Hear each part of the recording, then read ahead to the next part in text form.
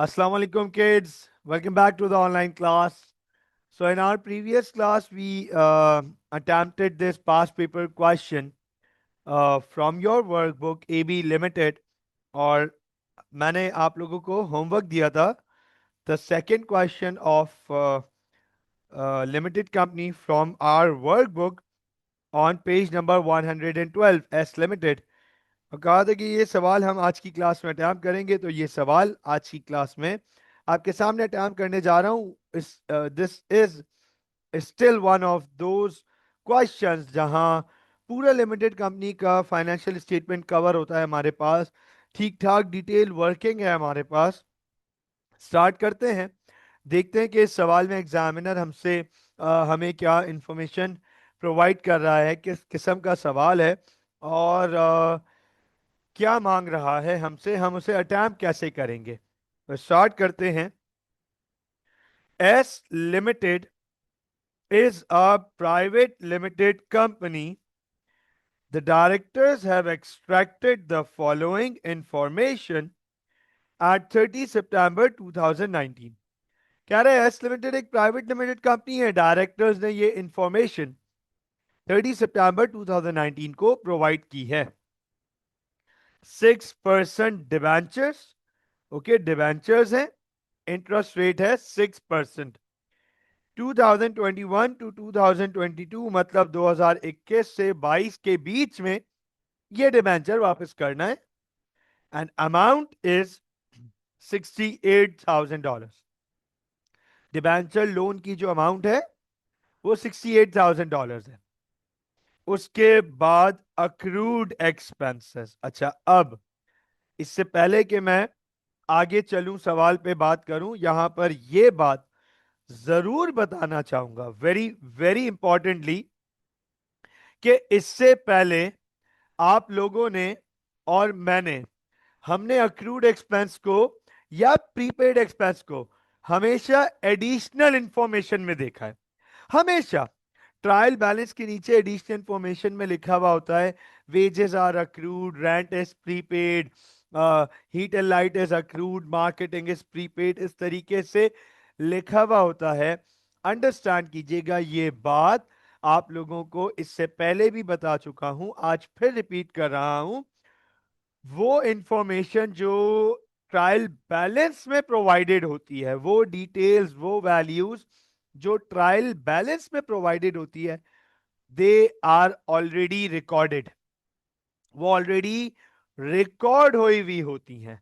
वो इंफॉर्मेशन जो additional information में होती हैं, उन्हें हमें एडजस्ट करना होता है, वो रिकॉर्डेड नहीं होती. दैट मींस ये अक्रूड एक्सपेंस एडजस्ट हुआ हुआ है, एक्सपेंस में एडजस्ट हुआ हुआ है. हमें इसको एक्सपेंस में एडजस्ट नहीं करना.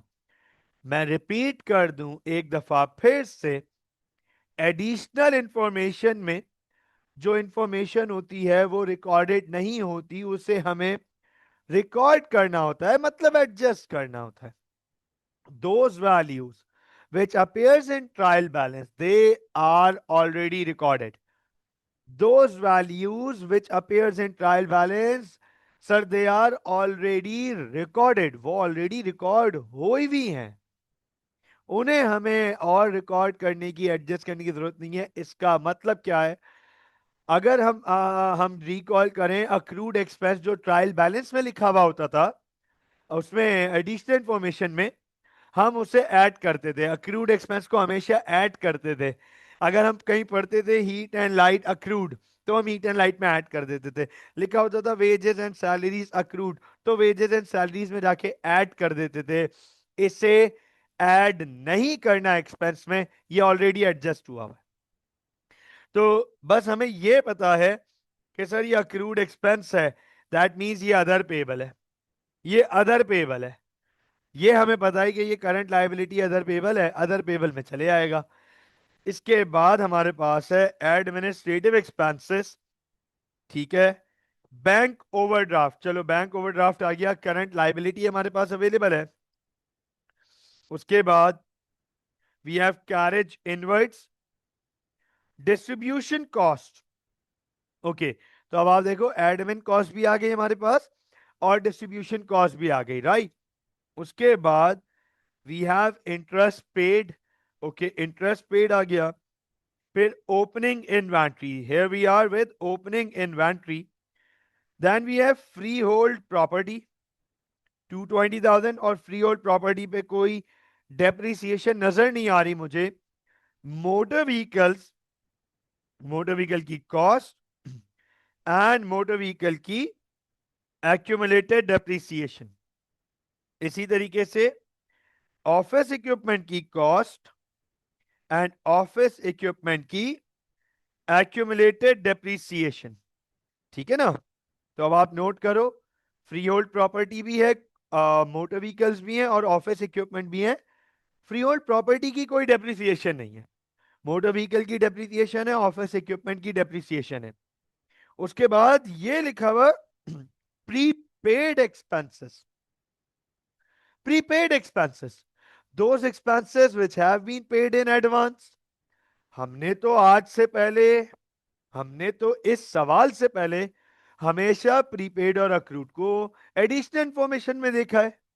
ये पहली दफा आपके सामने ट्रायल बैलेंस का पार्ट बन रहे हैं। तो सर, जैसे अक्रूड एक्सपेंस ट्रायल बैलेंस में शो हुआ हुआ है, उसे फर्दर एडजस्ट नहीं करना, ऐसे प्रीपेड एक्सपेंस भी ये ट्रायल बैलेंस में मौजूद है। 4400, 4400, इसे हमें एडजस्ट नहीं करना। आप रिकॉल करो, कहीं लिखा हुआ होता था एडिशनल इंफॉर्मेशन में मार्केटिंग प्रीपेड, तो हम मार्केटिंग माइनस कर देते थे, प्रीपेड की वैल्यू मार्केटिंग की माइनस कर देते थे। कहीं लिखा होता था रेंट प्रीपेड, रेंट प्रीपेड, तो हम रेंट की वो प्रीपेड की वैल्यू रेंट एक्सपेंस में से माइनस कर देते थे। यहां इसे एडजस्ट नहीं करना, इसलिए नहीं करना क्योंकि ये ऑलरेडी रिकॉर्डेड है, ये ऑलरेडी एडजस्टेड है, ये अदर रिसीवेबल है, सीधा करंट एसेट अदर रिसीवेबल में चले आएगा। That is it, this is it, बस यही काम करना है हमें, ठीक है ना। उसके बाद we have purchases, we have retained earnings, return inwards, revenue, share capital, ordinary share of $1 each. तो शेयर कैपिटल है, हर एक शेयर $1 का है हमारे पास। 50,000 कैपिटल है, पता चल रहा है 50,000 शेयर ही हैं। उसके बाद share premium, trade payables, trade receivables, wages and salaries. तो अब आप नोट करें, आप फोकस करें, पूरे ट्रायल बैलेंस में अक्रूड एक्सपेंस और प्रीपेड एक्सपेंस के कुछ नया नहीं है, और अक्रूड एक्सपेंस और प्रीपेड एक्सपेंस भी कॉन्सेप्ट नया नहीं है, आपने पहली दफा ट्रायल बैलेंस में देखा है। इससे पहले हमने soul trader, partnership, even limited company, इससे पहले, इससे पहले, आज से पहले हमने कभी ट्रायल बैलेंस में नहीं देखा था अक्रूड एक्सपेंस और प्रीपेड एक्सपेंस। आज ये भी देख लिया। Apart from these two information, पूरे ट्रायल बैलेंस में कोई ऐसी चीज नहीं है जो हमने पहले ना पढ़ी हुई हो, जो आपको ना पता हो, कुछ भी ऐसा नहीं है। आगे चलते हैं, फोकस कीजिएगा, एडिशनल इंफॉर्मेशन पे फोकस करते हैं। कह रहे the value of inventory at 30th September 2019 was 73,100 at cost. All right. The directors now wish to write off 2,000 in respect of damaged items. अब आप फोकस करें, हमने हमने बिल्कुल स्टार्ट में एक चैप्टर पढ़ा था जिसका नाम था इन्वेंट्री वैल्यूएशन। हमने बिल्कुल स्टार्ट में एक चैप्टर पढ़ा था जिसका नाम था इन्वेंट्री वैल्यूएशन। तो सर, इन्वेंट्री वैल्यूएशन में हमने ये पढ़ा था कि inventory is always valued at lower of cost और एनआरवी। इन्वेंट्री कॉस्ट और एनआरवी को कंपेयर करो, इनमें से जो कम हो इस पे रिकॉर्ड करो, फोकस कीजिएगा। कॉस्ट 73,100 है। कॉस्ट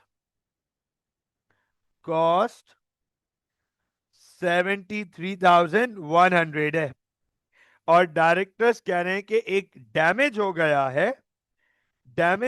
है, कुछ कुछ आइटम्स डैमेज हो गए हैं और 2,000 राइट ऑफ करना पड़ेगा डैमेज की वजह से। इसका मतलब इस केस में एनआरवी जो है वो 71,100 हो जाएगी। इस केस में एनआरवी जो है वो 71,100 हो जाएगी। कॉस्ट 73,100 है, एनआरवी 71,100 हो जाएगी। क्यों? क्योंकि $2,000 कम करने हैं। तो अब जाहिर सी बात है हम कॉस्ट पे नहीं बल्कि एनआरवी पे रिकॉर्ड करेंगे इसे। क्लोजिंग इन्वेंट्री की एडजस्टमेंट हमें बता दी गई है। आगे नोट कीजिएगा, फोकस कीजिएगा। कह रहा है purchase of new office equipment of $6,000 had been posted to distribution cost in error। अब आप चेक करें, फोकस करें। एक नया ऑफिस इक्विपमेंट खरीदा है, ठीक है ना? एक नया ऑफिस इक्विपमेंट खरीदा है $6,000 का, $6,000 का। उसे गलती से डिस्ट्रीब्यूशन कॉस्ट में डाल दिया है। ठीक है, उमर मसला नहीं है, कोई इशू नहीं है। उमर इज आस्किंग के सर मैंने एनआरवी ये निकाली नहीं, बस डायरेक्ट 2,000 माइनस कर दिया। कोई हर्ज नहीं है।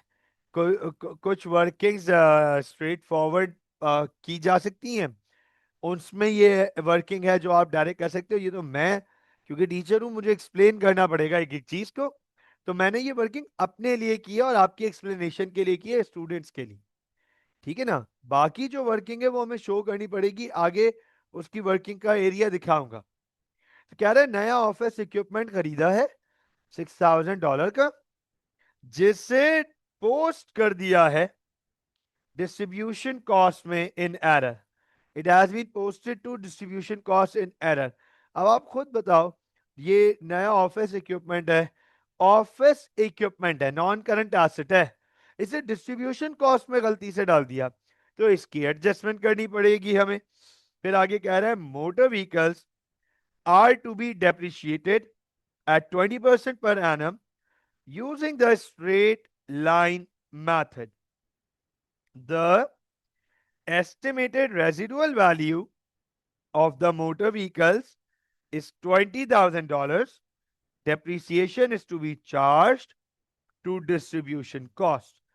कह रहा है मोटर व्हीकल्स है ना, मोटर व्हीकल्स उन्हें डेप्रिशिएट करना है 20% और करना है straight line method, SLM, straight line method पे करना है। कह रहे हैं जो एस्टिमेटेड रेजिडुअल वैल्यू है मोटर व्हीकल्स की वो $20,000 है। डेप्रिसिएशन निकालने के बाद आप उसे डिस्ट्रीब्यूशन कॉस्ट में ऐड ऑन करोगे।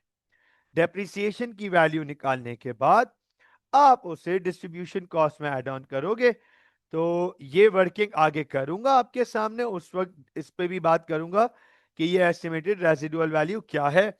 उसके बाद कह रहा है ऑफिस इक्विपमेंट डेप्रिशिएट होगा 15% per annum, reducing balance method. Okay, depreciation जो है वो एडमिनिस्ट्रेटिव एक्सपेंसेस में जाएगा और जाना भी चाहिए, ऑफिस से रिलेटेड है ना, ऑफिस से ताल्लुक है और ऑफिस में एडमिनिस्ट्रेशन होती है। तो ऑफिस इक्विपमेंट 15% डेप्रिशिएट हो रहा है, रिड्यूसिंग बैलेंस मेथड आरबीएम, और जाएगा एडमिनिस्ट्रेटिव एक्सपेंसेस में। उसके बाद कह रहा है at 30 September 2019 there was an additional accrual for wages and salaries of 1,700. Okay, wages and salaries are to be charged as 70% to administrative expenses and 30% to distribution cost। तो कह रहा है 30 सितंबर को अक्रूवल है वेजेस एंड सैलरीज का। इसका मतलब wages and salaries $1700 से अभी पे करना बाकी है, अक्रूड एक्सपेंस है, अक्रूड एक्सपेंस है।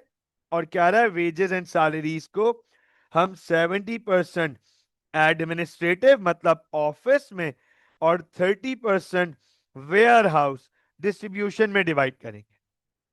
उसके बाद interest paid included debenture interest paid to 30 June 2019, इस पे फाइनेंस के टाइम बात कर लूंगा आगे जब वर्किंग करेंगे। And at 30 September 2019 there was an additional prepayment of 4,800 for administrative expenses.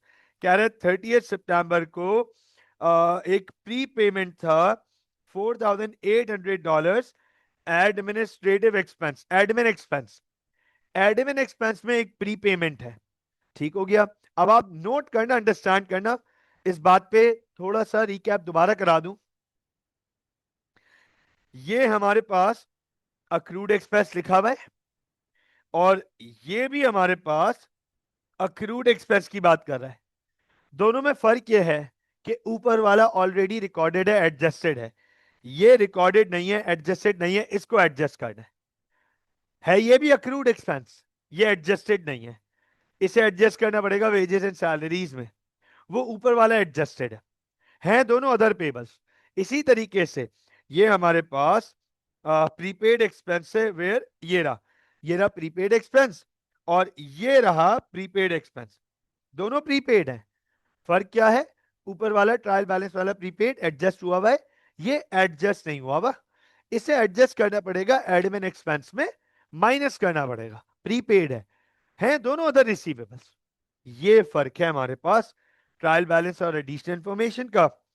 कह रहा the directors wish to create a provision for doubtful debts equal to 2% of trade receivables at 30 September 2019 and include it in administrative expenses.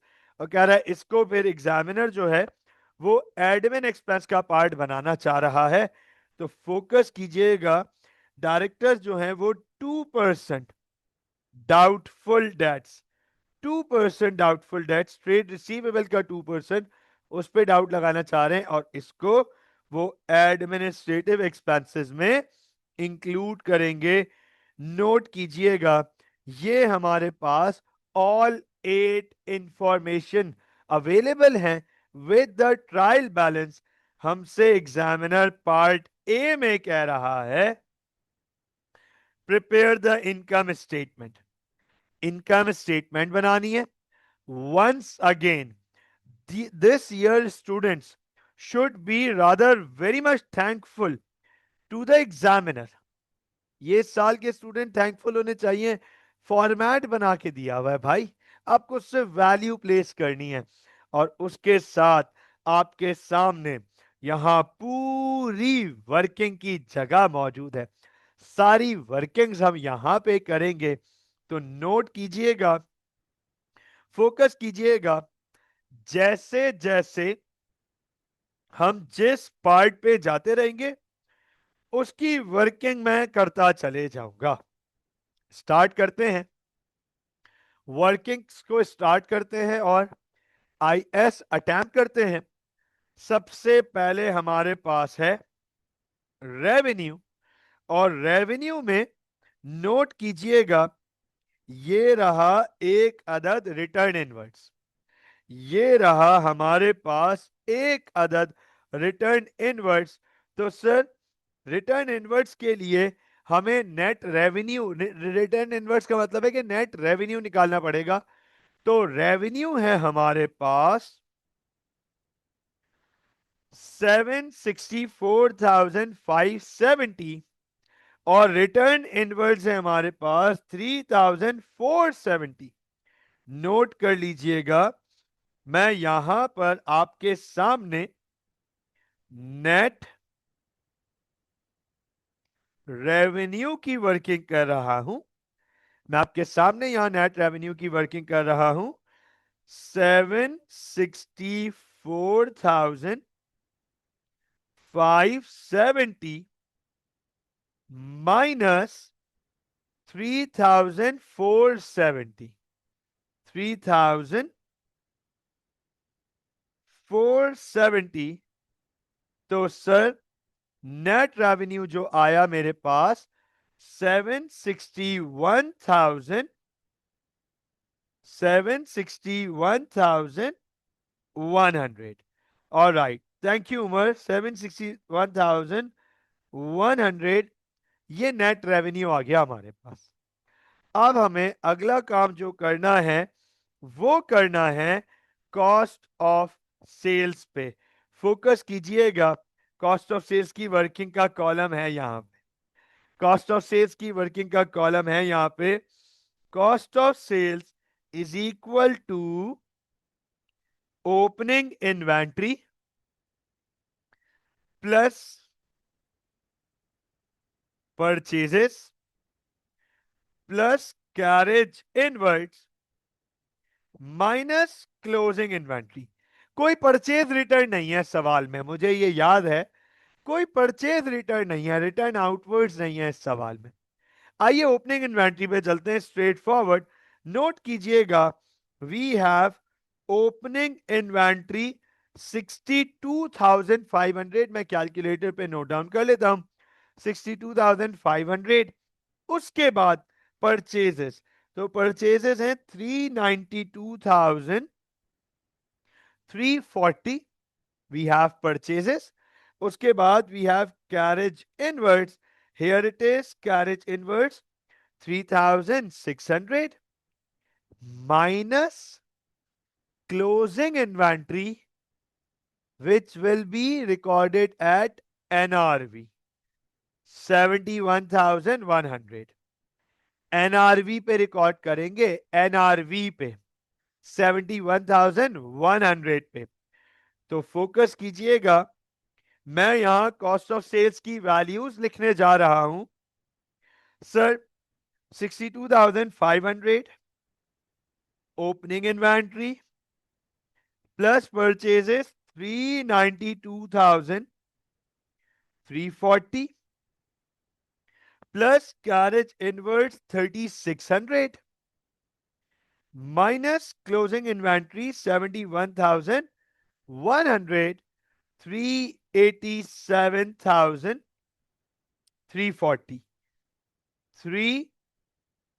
387,340। ये आ गया हमारे पास cost of sales. This is cost of sales. Gross profit निकालेंगे, so that is 373,760। ये हमारे पास gross profit आ गया। अब आप नोट करें, हमारी इनकम स्टेटमेंट की वर्किंग स्टार्ट हो चुकी है। हमें काम करना है अब एडमिन और डिस्ट्रीब्यूशन कॉस्ट के ऊपर। नोट कीजिएगा, यहां हमारे पास स्पेस है एडमिनिस्ट्रेटिव एक्सपेंसेस की, यहां हमारे पास स्पेस है डिस्ट्रीब्यूशन कॉस्ट की। अब मैं आपके सामने जो वर्किंग करने जा रहा हूं, गाइस इस पे फोकस कीजिएगा। क्यों? क्योंकि इसकी वर्किंग काफी ज्यादा है। इसमें ठीक ठाक वर्किंग है, काफी वर्किंग है, तो फोकस रखिएगा। है सिंपल लेकिन डिटेल्ड वर्किंग है। सर एडमिनिस्ट्रेटिव एक्सपेंसेस, सबसे पहले मुझे ट्रायल बैलेंस में अवेलेबल है, ट्रायल बैलेंस में।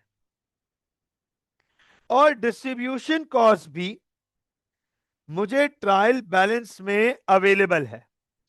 ये वैल्यूज ट्रायल बैलेंस में हमें ऑलरेडी दी हुई है बिफोर एडजस्टमेंट। एडजस्टमेंट से पहले की वैल्यूज हमें प्रोवाइडेड हैं, ये देख लीजिएगा। ये रही एडमिनिस्ट्रेटिव एक्सपेंसेस की वैल्यू 63,810 और ये रही हमारे पास डिस्ट्रीब्यूशन की वैल्यू 49,330। तो ये वैल्यूज मैं सीधा यहां पे रिस्पेक्टिवली मेंशन कर दूंगा। एडमिनिस्ट्रेटिव एक्सपेंस की वैल्यू थी 63,810। ठीक हो गया। और डिस्ट्रीब्यूशन की वैल्यू थी 49,330। ये लीजिएगा। अब हमें इनमें एडजस्टमेंट्स करनी है, तो इनकी एडजस्टमेंट्स हम यहां एडिशनल इंफॉर्मेशन नंबर 2 से स्टार्ट करेंगे, क्योंकि 1 का ताल्लुक तो क्लोजिंग इन्वेंट्री से था, खत्म हो गया। अब इंफॉर्मेशन नंबर 2, इंफॉर्मेशन नंबर 2 से एडजस्टमेंट स्टार्ट करेंगे। सबसे पहले कह रहा है एक नया ऑफिस इक्विपमेंट खरीदा 6,000 का, गलती से उसे डिस्ट्रीब्यूशन कॉस्ट में डाल दिया। इसका मतलब यह कि डिस्ट्रीब्यूशन कॉस्ट ओवर स्टेट हुई हुई है, डिस्ट्रीब्यूशन कॉस्ट ओवर स्टेट हुई हुई है। हटा देंगे ये 6,000 की कॉस्ट उसमें से ऑफिस इक्विपमेंट की, तो डिस्ट्रीब्यूशन कॉस्ट नीचे आ जाएंगी। नोट कीजिएगा, यहां पर आपके सामने वर्किंग कर रहा हूं ऑफिस इक्विपमेंट, ऑफिस इक्विपमेंट के 6,000 माइनस किए जाएंगे, ऑफिस इक्विपमेंट के 6,000 माइनस किए जाएंगे। सर ये $6,000 टेक्निकली डिस्ट्रीब्यूशन कॉस्ट का पार्ट नहीं था, ये गलती से यहां रिकॉर्ड हो गया था, इसे हम यहां से रिमूव करेंगे $6,000। Information number 2 done. आगे चलते हैं, इंफॉर्मेशन नंबर 3, फोकस कीजिएगा, वेरी इंपॉर्टेंट पार्ट। कह रहे हैं मोटर व्हीकल्स डेप्रिशिएट होंगे 20% स्ट्रेट लाइन मेथड। अच्छा, डेप्रिसिएशन 20% है स्ट्रेट लाइन, लेकिन एक बात कह रहा है, कह रहा है एस्टिमेटेड रेजिडुअल वैल्यू है मोटर व्हीकल्स की 20,000। आप सबको पता है एस्टिमेटेड रेजिडुअल वैल्यू किसे कहते हैं? Estimated residual value is the expected value of a non current asset that non current asset will be holding at the time of disposal. जब हम उसे बेचने जा रहे होंगे तो उसकी ये वैल्यू एक्सपेक्टेड होगी। अब वो कह रहा है कि जिस वक्त इसको बेचने जाओगे मोटर व्हीकल को, आफ्टर इट्स यूजफुल लाइफ 20,000 की वैल्यू होनी चाहिए। तो आपको इसका तरीका बता दूं, इसका तरीका बता भी देता हूं और एक एडिशनल वर्किंग के थ्रू समझा भी देता हूं। इसका तरीका दिखा भी देता हूं वर्किंग, और इसके तरीके को एक एडिशनल वर्किंग के थ्रू समझा भी देता हूं। मोटर व्हीकल की कॉस्ट है, मोटर व्हीकल्स की कॉस्ट है 84,600। मोटर व्हीकल्स की कॉस्ट है 84,600 और इसकी एस्टिमेटेड रेजिडुअल वैल्यू है 20,000। फोकस कर लीजिएगा। और एग्जामिनर ने हमें यहां पर एक बात बोली है कि आप मोटर व्हीकल की डेप्रिसिएशन को डिस्ट्रीब्यूशन कॉस्ट में लेके जाओगे, आप मोटर व्हीकल की डेप्रिसिएशन को डिस्ट्रीब्यूशन कॉस्ट में लेके जाओगे। तो नोट कीजिएगा, यहां पे वर्किंग करके दिखा रहा हूं, मोटर व्हीकल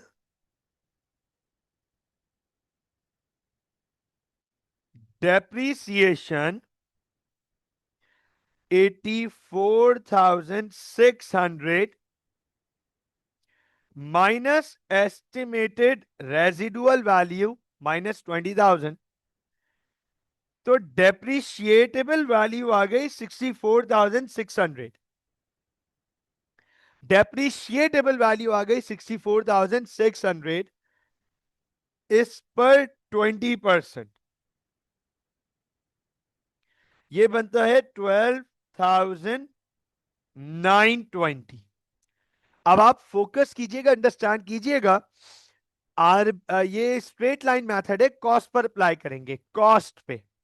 तो आप बोलेंगे सर फिर आपने कॉस्ट में से ये 20,000 क्यों माइनस किया है? क्योंकि एग्जामिनर कह रहा है after it's useful life this motor vehicle will still be having, should still be having the value of 20,000।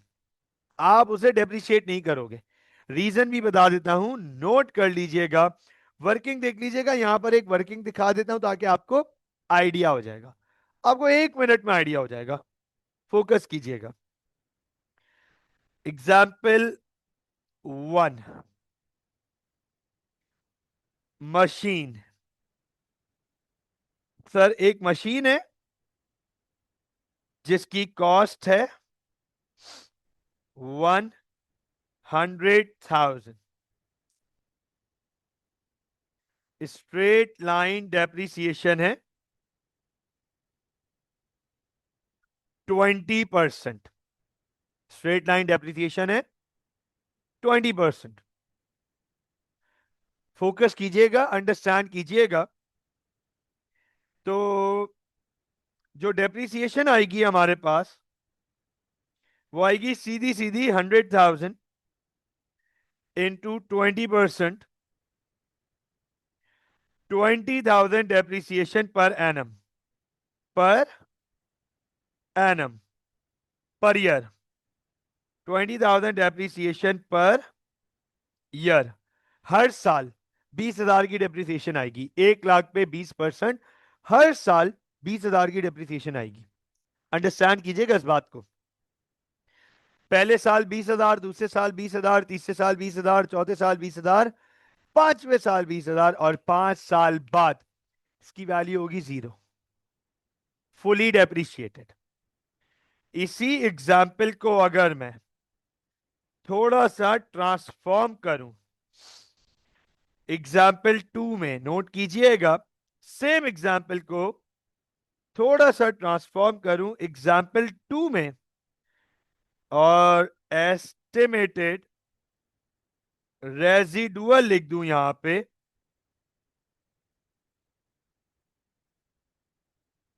20,000 के।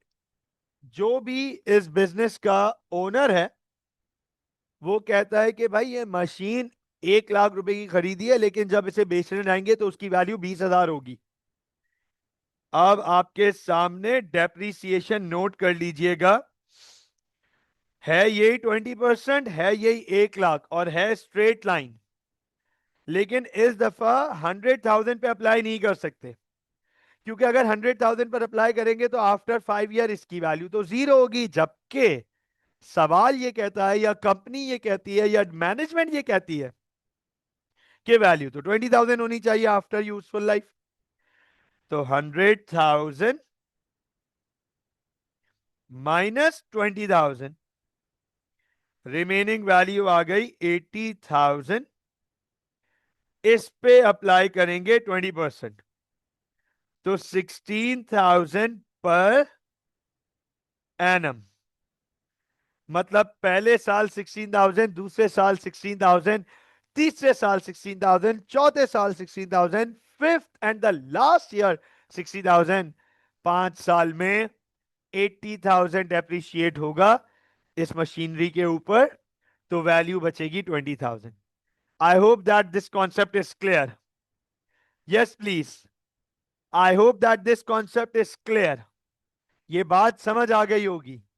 आप लोगों ने ये चीज भी फर्स्ट टाइम देखी कि कोई रेजिडुअल वैल्यू है और उसकी वर्किंग हमें करनी पड़ती है, और उसे कॉस्ट में से माइनस करके डेप्रिशिएटेबल वैल्यू निकालते हैं, उस पर डेप्रिसिएशन अप्लाई करते हैं।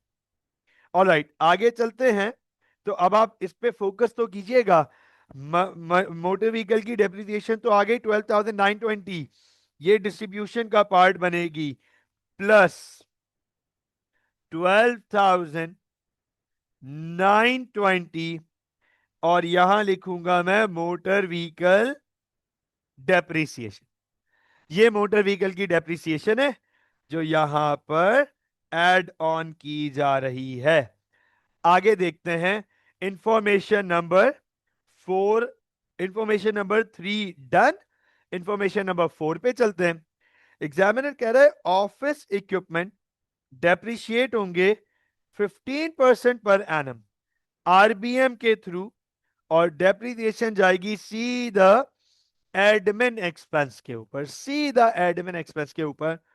मुझे यहां पर एक चीज याद पड़ी है कि कोई ऑफिस इक्विपमेंट खरीदा गया था, कोई ऑफिस इक्विपमेंट खरीदा था जिसे गलती से डिस्ट्रीब्यूशन में डाल दिया था, तो वो भी तो नॉन करंट एसेट है। और वो भी तो ऑफिस इक्विपमेंट है, और उस पे भी तो डेप्रिसिएशन अप्लाई करेंगे। तो नोट कीजिएगा, यहां पर एडमिन एक्सपेंस के कॉलम में, एडमिन एक्सपेंस के कॉलम में मैं आपके सामने ऑफिस इक्विपमेंट की डेप्रिसिएशन की वर्किंग कर रहा हूं। मैं आपके सामने यहां पर ऑफिस इक्विपमेंट की डेप्रिसिएशन की वर्किंग कर रहा हूं। नोट कर लीजिएगा सर, सबसे पहले हमारे पास ऑलरेडी पुराना ऑफिस इक्विपमेंट मौजूद है, ऑलरेडी पुराना, जिसकी कॉस्ट है 68,700, और उस पे पहले से डेप्रिसिएशन है 32,300। सर पुरानी डेप्रिसिएशन आप क्यों काउंट कर रहे हैं? क्योंकि मेथड है आरबीएम, क्योंकि ऑफिस इक्विपमेंट का मेथड है आरबीएम। अब नोट कर लीजिएगा, कॉस्ट है 68,700 माइनस पुरानी डेप्रिसिएशन, ऑलरेडी रिकॉर्डेड डेप्रिसिएशन, ये आ गई 32,300। नोट कीजिएगा, मैं यहां पर एक चीज लिख भी दूं, ये ओल्ड इक्विपमेंट्स हैं। ओल्ड बोलो एग्जिस्टिंग बोलो, एक ही बात है, ठीक है ना।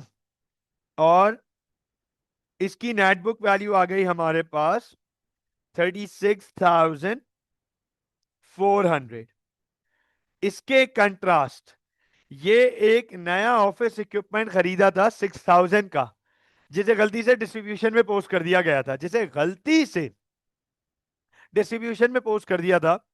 ये भी तो ऑफिस इक्विपमेंट ही है हमारा। तो 6,000 का नया ऑफिस इक्विपमेंट है, -0, इस पे पहले से कोई डेप्रिसिएशन है ही नहीं, ये तो नया ऑफिस इक्विपमेंट है। इसकी नेटबुक वैल्यू तो 6,000 ही रहेगी। तो सर 42,400 पर 15% डेप्रिसिएशन अप्लाई करेंगे, डेप्रिसिएशन की वैल्यू आ गई 6,360। तो सर 6,360 नोट कीजिएगा, ये आ गया हमारे पास ऑफिस इक्विपमेंट की depreciation. So I hope that this is very clear. S detail, इतनी डिटेल वर्किंग आपके सामने कर रहा हूं कि आप लोगों को कोई प्रॉब्लम किसी सूरत होनी नहीं चाहिए। इतनी डिटेल में एक एक वर्किंग कर रहा हूं आपके सामने, एक एक चीज स्पेसिफिकली नाम के साथ लिख के बता रहा हूं कि इसकी वर्किंग यहां कर रहे हैं। Information number 4 done. Now moving on towards information number 5। कह रहा है वेजेस एंड सैलरीज में कुछ अक्रूड है। वेजेस एंड सैलरीज में कुछ अक्रूड है, मतलब वेजेस एंड सैलरीज अभी पे करना बाकी है। ये देखिएगा, ये देखिएगा, ये लिखा हुआ वेजेस एंड सैलरीज 54,900 और 1,700 अभी पे करना बाकी है। ऐड कर देंगे, हमें ये बात पता है कि हम इसे ऐड कर देंगे, लेकिन ये तो सुन लो, कह रहा है वेजेस एंड सैलरीज को स्प्लिट करना है एडमिन और ऑफिस में, एडमिन और डिस्ट्रीब्यूशन में। 70% एडमिन को जाएगा, 30% डिस्ट्रीब्यूशन को जाएगा। तो इस बात पे फोकस रखिएगा। यहां पे आपके सामने वर्किंग कर रहा हूं, वेजेस एंड सैलरीज 54,900, ये ऑलरेडी पे कर चुके हैं, ये ऑलरेडी पे कर चुके हैं, प्लस 1,700। तो सर वेजेस एंड सैलरीज की टोटल अमाउंट बनती है 56,600। इसका 70% एडमिन को बिलोंग करता है, which is 39,620।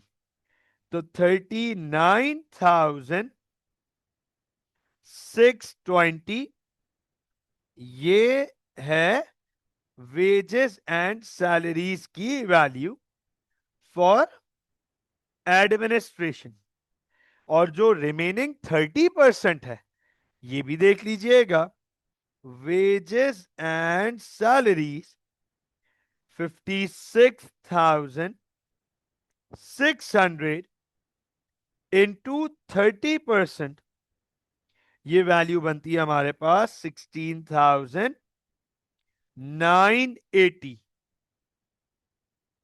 Plus 16,980 for wages and salaries.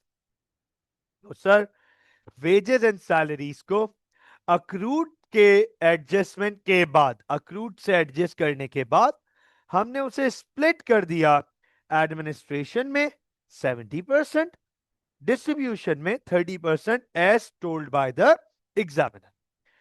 आगे चलते हैं इंफॉर्मेशन नंबर 6 पर। अच्छा, इसको मैं थोड़ी देर होल्ड करूंगा क्योंकि ये फाइनेंस का है, फाइनेंस की वर्किंग एंड में करूंगा। हमें कह रहा है इंफॉर्मेशन नंबर 7 में कोई प्रीपेड है एडमिनिस्ट्रेटिव एक्सपेंस का, मतलब ये प्रीपेड किया हुआ है लेकिन एडजस्ट नहीं हुआ हुआ, कितना है 4,800। नोट कीजिएगा यहां पर सिंपल, आप सबको पता है प्रीपेड अब माइनस करते हैं, minus 4,800 that is prepaid, prepaid है 4,800 माइनस करेंगे, और आखिरी इंफॉर्मेशन है हमारे पास, द लास्ट इंफॉर्मेशन कह रहा है डायरेक्टर्स जो हैं वो प्रोविजन फॉर डाउटफुल डेट्स बनाना चाहते हैं 2% ऑफ ट्रेड रिसीवेबल, और ये जाएगा एडमिन में, ये जाएगा एडमिन में। तो नोट कीजिएगा यहां एडमिन में आपके सामने ओवरहेयर, यहां काम करूंगा प्रोविजन फॉर डाउटफुल डेट्स के ऊपर। अच्छा, मैंने सवाल देखा है और मुझे ये याद पड़ रहा है कि कोई opening provision for doubtful dates याद पड़ा है कि नहीं था, एक दफा क्रॉस चेक कर लेते हैं, एक दफा क्रॉस चेक कर लेते हैं कि क्या कोई opening provision for doubtful debts हमें ट्रायल बैलेंस में दिया हुआ है। And no sir, no opening provision for doubtful debts available in the trial balance. दो डेप्रिसिएशन तो अवेलेबल है लेकिन डाउटफुल डेट्स अवेलेबल नहीं है। इसका मतलब opening PFDD is zero, opening provision is zero. अब डाउट लगता है रिसीवेबल्स के ऊपर, रिसीवेबल्स हैं 86,500, 86,500, इसके ऊपर अप्लाई करेंगे 2%। फोकस कीजिएगा, गौर से देखिएगा, 86,500 इंटू 2%, सर ये बनता है 1,730, और ये है closing provision for doubtful dates, ये है closing provision for doubtful debt. Opening zero है तो यही पूरा एक्सपेंस है, एडमिन एक्सपेंस में यहां एड ऑन करूंगा 1,730 प्रोविजन फॉर डाउटफुल डेट्स। अब आप मुझे बताएं, क्या फाइनेंस के अलावा सारी एडजस्टमेंट्स डन हो गई? यस सर, एडमिन की इन तमाम वैल्यूज की को टोटल करके वैल्यूज निकालते हैं इसकी, तो sir 63,810 plus 6,360 plus 39,620 minus 4,800 plus 1,730, 106,720, ये नोट कीजिएगा 106,720, ये हमारे पास एडमिन का टोटल आ गया। डिस्ट्रीब्यूशन का टोटल निकालते हैं, फोकस कीजिएगा। तो सर डिस्ट्रीब्यूशन का टोटल हमारे पास इन सारी वैल्यूज के थ्रू आएगा 49,330 minus 6,000 plus 12,920 plus 16,980, we have 73,230। तो 73,230 ये हमारे पास डिस्ट्रीब्यूशन कॉस्ट आ गई। इन दोनों को ऐड ऑन कर दूंगा तो हमारे पास जो टोटल एक्सपेंस आ जाएगा, ऑपरेटिंग एक्सपेंस, इसे कहते हैं ऑपरेटिंग एक्सपेंस, 179,950। तो ऑपरेटिंग प्रॉफिट कितना आ गया?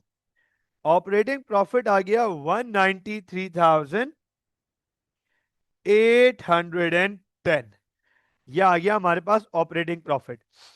सर अब हमें एक ही वर्किंग करनी है, विच इज फाइनेंस कॉस्ट। हमें एक वर्किंग करनी है, which is finance cost.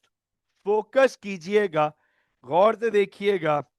Finance cost examiner कह रहा है, एक तो हमारे पास फाइनेंस कॉस्ट ट्रायल बैलेंस में अवेलेबल है, राइट। ट्रायल बैलेंस में जिसकी वैल्यू है हमारे पास, ये रही finance cost interest paid 8160। Interest paid finance cost ही तो है 8160। नोट कर लीजिएगा। इसके बाद आए, पढ़ते हैं जरा ये एडिशनल इंफॉर्मेशन नंबर 6। कह रहा है interest paid included debenture interest. अच्छा जी, ओके। कह रहे इंटरेस्ट में डिबेंचर इंटरेस्ट इंक्लूडेड है, लेकिन 30 जून 2019 तक का। 30 जून 2019 तक का। अब आप मुझे ये बताओ कि इसका साल तो 30 सितंबर को एंड हो रहा है। इसने डिबेंचर का इंटरेस्ट पे किया हुआ है, एस लिमिटेड ने डिबेंचर का इंटरेस्ट पे किया हुआ है 30 जून तक का। तो भाई जुलाई, अगस्त और सितंबर, 3 महीने का डिबेंचर इंटरेस्ट अक्रूड हो गया ना भाई। 3 महीने का डिबेंचर इंटरेस्ट सीधा सीधा अक्रूड हो गया। तो अब आप वर्किंग देखिएगा। सबसे पहले डिबेंचर की अमाउंट 68,000। 68,000 इंटरेस्ट है 6%। नोट कीजिएगा, फोकस कीजिएगा। मैं आपके सामने यहां पे वर्किंग कर रहा हूं। डिबेंचर, डिबेंचर है 68,000, इंटरेस्ट है 6%। तो सर इंटरेस्ट बनता है 4080, 4080। लेकिन पता है ये बनता है 30 सितंबर तक का। ये बनता है 30 सितंबर तक का। लेकिन उन्होंने तो सिर्फ 30 जून तक का पे किया हुआ है। इसका मतलब अक्रूड है, अक्रूड इंटरेस्ट। और कितना है? 3 महीने का। 4080 डिवाइड बाय 12 मल्टीप्लाइड बाय 3। तो सर 1020 ये अक्रूड इंटरेस्ट है। अक्रूड इंटरेस्ट हम सबको पता है ऐड होगा। ये लीजिए अक्रूड इंटरेस्ट। तो सर डिबेंचर का इंटरेस्ट अक्रूड था 1020, उसे एड ऑन कर दिया ट्रायल बैलेंस की वैल्यू में। तो ये हमारे पास 8160 प्लस 1020, 9,180, 9,180 हमारे पास फाइनेंस कॉस्ट आ गई। जिसके बाद हमारे पास प्रॉफिट फॉर द ईयर आ गया 184,630। ये हमारे पास ऑपरेटिंग प्रॉफिट आ गया। आप नोट करें, here we are with the operating profit, part A done. 12 marks, 12 marks का ये पार्ट है हमारे पास, 12 मार्क्स। और एग्जामिनर ठीक ठाक वर्किंग हमसे मांग रहा था। अब आप नोट करो पार्ट बी, कह रहा है पार्ट बी में एसओएफपी बना दो। पार्ट बी में हमसे एग्जामिनर कह रहा है एसओएफपी बनाओ 10 मार्क्स। अब एसओएफपी बहुत सिंपल और स्ट्रेट फॉरवर्ड बनेगी, और ऐसी बहुत बड़ी बड़ी वर्किंग्स नहीं है हमारे पास। जो भी वर्किंग्स है वो यही करनी है, और लिमिटेड वर्किंग्स है, मुझे पता है बहुत लिमिटेड वर्किंग्स है हमारे पास। अदर रिसीवेबल्स में होगी, ट्रेड रिसीवेबल्स में होगी, अदर पेबल्स में होगी। इसके अलावा कोई और एज सच वर्किंग है नहीं। रिटेन अर्निंग्स की वैल्यू तो डायरेक्ट आ जाएगी, कोई डिविडेंड ही नहीं है। चलो स्टार्ट करते हैं आपके सामने। मैं यहां पे अटैम्प्ट करने जा रहा हूं, फोकस कीजिएगा sir. We all know 3 columns SOFP. सबसे पहले नॉन करंट एसेट्स। तो सर नॉन करंट एसेट में मुझे याद पड़ रहा है एक फ्री होल्ड प्रेमिसेस है, एक मोटर व्हीकल है, और एक ऑफिस इक्विपमेंट है। सबसे पहले फ्री होल्ड प्रेमिसेस, जिसकी स्ट्रेट वैल्यू है हमारे पास 220,000, देख लीजिएगा $220,000। तो सर यहां पे मैं लिख दूंगा $220,000, ये लीजिए। इसके बाद मोटर व्हीकल्स, मोटर व्हीकल है हमारे पास 84,600 की कॉस्ट, 84,600 की कॉस्ट है। पहले से डेप्रिसिएशन जो है मोटर व्हीकल्स पे वो है 38,760। 38,760 पहले से डेप्रिसिएशन है, ऑलरेडी रिकॉर्डेड डेप्रिसिएशन। इस साल की जो डेप्रिसिएशन हमने निकाली वो है 12,920। तो ये बनती है 51,680। 51,680 नेट बुक वैल्यू आएगी इसकी 32,920। ये लीजिए 32,920 इसकी नेट बुक वैल्यू आ गई। ऑफिस इक्विपमेंट, दो ऑफिस इक्विपमेंट है, ओल्ड और न्यू, दोनों को मिला के लिखेंगे भाई अब। तो ओल्ड ऑफिस इक्विपमेंट है हमारे पास 68,700, और 6,000 के न्यू ऑफिस इक्विपमेंट हैं, ये बनते हैं हमारे पास 74,700 के ऑफिस इक्विपमेंट। फोकस कीजिएगा, पहले से डेप्रिसिएशन थी हमारे पास 32,300 की। इस साल डेप्रिसिएशन हमने निकाली 6,360 की, ये हो गई 38,660। 38,660। तो नेट बुक वैल्यू आ गई हमारे पास 36,040। 36040। तीनों नॉन करंट एसेट्स की नेट बुक वैल्यू को टोटल करेंगे 288,960। ये लीजिएगा guys 288,960 total net book value आ गई नॉन करंट एसेट्स की। इसके बाद करंट एसेट्स। तो सर करंट एसेट्स में मुझे एक चीज याद पड़ी है, बैंक ओवरड्राफ्ट था। बैंक ओवरड्राफ्ट था trade, trade and other receivable, और फिर इन्वेंट्री।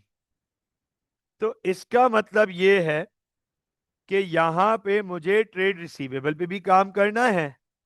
फोकस कर लीजिएगा, यहां पे मुझे ट्रेड रिसीवेबल पे भी काम करना है, और मुझे यहां पर अदर रिसीवेबल पे भी काम करना है। तब जाके मुझे दोनों की वैल्यूज मिलेंगी। अच्छा ट्रेड रिसीवेबल पे क्या काम करना है ये देख लो। ये रहा ट्रेड रिसीवेबल 86,500, और ये रहा क्लोजिंग प्रोविजन, बस ये माइनस करना है। 86,500 में से क्लोजिंग प्रोविजन माइनस करना है, नोट कर लीजिएगा 86,500 के ट्रेड रिसीवेबल्स हैं, क्लोजिंग प्रोविजन है 1730, तो नेट ट्रेड रिसीवेबल्स आ गए 84,770। ये लीजिए, नेट ट्रेड रिसीवेबल्स आ गए 84,770। अदर रिसीवेबल्स की बात करूं, अदर रिसीवेबल्स फोकस कर लीजिएगा, ये देखें जरा, सब लोग गौर से देखिएगा। सर ये है प्रीपेड एक्सपेंस 4,400, ये अदर रिसीवेबल है, और ये रहा प्रीपेड ऑफ एडमिन 4,800, ये भी अदर रिसीवेबल है। दोनों को ऐड ऑन कर दूंगा, 4,400 प्लस 4,800, ये बनता है 9,200। तो अब आप नोट करें, इन दोनों को ऐड ऑन करूंगा, 9,200 plus 84,770। Sir trade and other receivable की वैल्यू बन गई 93,970। और सर इन्वेंट्री एनआरवी 71,100, एनआरवी 71,100, तो ये करंट एसेट्स का टोटल आ जाएगा हमारे पास 165,070। टोटल एसेट्स आ जाएंगे 454,030 टोटल एसेट्स। ये हमारे पास टोटल एसेट्स की वैल्यू आ गई, टोटल एसेट्स डन। अब हमें बिल्कुल आखिरी में equity and liabilities, equity and liabilities पे काम करना है। सबसे पहले इक्विटी, तो नोट कीजिएगा, इक्विटी में हमारे पास ऑर्डिनरी शेयर कैपिटल $1, ये इस पे कोई फर्क नहीं पड़ा। इस साल एस लिमिटेड ने कोई नए शेयर्स बेचे ही नहीं है, कुछ हुआ ही नहीं है शेयर्स में, ये $150,000 ही रहेगा हमारे पास, इन्होंने कुछ बेचा ही नहीं है 50,000। उसके बाद शेयर प्रीमियम, जब शेयर्स में कोई चेंजेस नहीं आई तो शेयर प्रीमियम में भी कोई चेंजेस नहीं आएंगी, शेयर प्रीमियम वही 15,000 ही रहेंगे, 15,000 ही रहेंगे, नोट कर लीजिएगा। और सर उसके बाद आएगा रिटेन्ड अर्निंग्स, नोट कीजिएगा, फोकस कीजिएगा। रिटेन अर्निंग्स में एक छोटी सी एडजस्टमेंट, अब बहुत छोटी सी एडजस्टमेंट है। रिटेन अर्निंग्स अवेलेबल है साल के शुरू में 69,700, इसमें profit for the year add होगा। और आप नोट करो, डिविडेंड्स कोई है ही नहीं, कोई जनरल रिजर्व में ट्रांसफर ही नहीं है।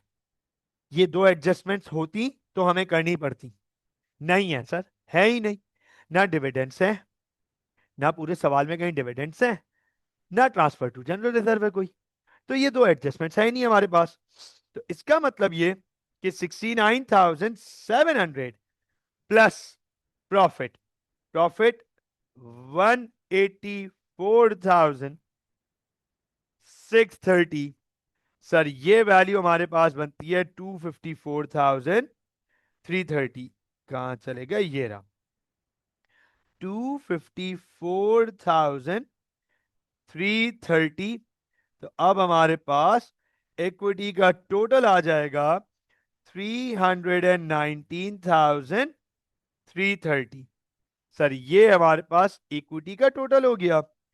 इसके बाद नॉन करंट लाइबिलिटी, तो सर नॉन करंट लाइबिलिटी में हमारे पास डिबेंचर्स हैं, डिबेंचर्स, राइट। 6% डिबेंचर, और डिबेंचर की वैल्यू है 68,000। ये रहा, डिबेंचर की वैल्यू है 68,000। ये चेक कर लीजिएगा, ठीक है ना। 68,000 डिबेंचर की वैल्यू है। उसके बाद करंट लाइबिलिटी। तो सर करंट लाइबिलिटी में एक है बैंक ओवरड्राफ्ट, और फिर है ट्रेड एंड अदर पेबल। अच्छा, मजे की बात ये कि बैंक ओवरड्राफ्ट पे भी कोई वर्किंग नहीं है और ट्रेड पेबल पे भी कोई वर्किंग नहीं है। वर्किंग सिर्फ अदर पेबल की है, सिर्फ अदर पेबल की है। चलते हैं जरा, मैं बैंक ओवरड्राफ्ट की वैल्यू निकाल लूं। सर बैंक ओवरड्राफ्ट सवाल में बिल्कुल स्ट्रेट फॉरवर्ड शुरू में दिया हुआ है, ये रहा 12,770। 12,770 ये बैंक ओवरड्राफ्ट। उसके बाद ट्रेड पेबल्स की वर्किंग वैल्यू तो मैं कैलकुलेट कर लूंगा, यहां पे अदर पेबल्स की तरह वर्किंग कर लूं, अदर पेबल्स। तो सर अदर पेबल्स में एक तो ये गौर से देखिएगा, अदर पेबल में एक तो ये लिखा हुआ अक्रूड एक्सपेंस 2,480, एक तो ये है, ठीक है ना। फिर वेजेस एंड सैलरीज का अक्रूड है 1,700, और फिर डिबेंचर इंटरेस्ट का अक्रूड है ये 1,020। तो ये सब मिलाकर हमारा अक्रूड है, ट्रायल बैलेंस में दिया हुआ है 2,480। वेजेस एंड सैलरी 1,700 पे करना बाकी है, और जो इंटरेस्ट है डिबेंचर वो 1,020 पे करना बाकी है। अदर पेबल्स मिला के बनते हैं 5,200, और सवाल में हमारे पास ट्रेड पेबल्स भी होंगे। नोट कर लीजिएगा, ये आ गया 5,200। आइए जरा ट्रेड पेबल्स देख लेते हैं। सवाल में ट्रेड पेबल्स है हमारे पास 48,730। तो सर ये अमाउंट बनती है हमारे पास 53,930। ये मैं यहां पे लिख देता हूं 53,930। अब सर जब हम इनको टोटल करने जाएंगे 66,700, और जब हम इनको ऊपर से इक्विटी एंड लाइबिलिटीज को टोटल करेंगे तो ये बनेगा 454,030। सर यट अनदर एसओएफपी बैलेंस्ड, ये लीजिए, yet another SOFP balanced। मुझे बताएं, is that clear? Yes please.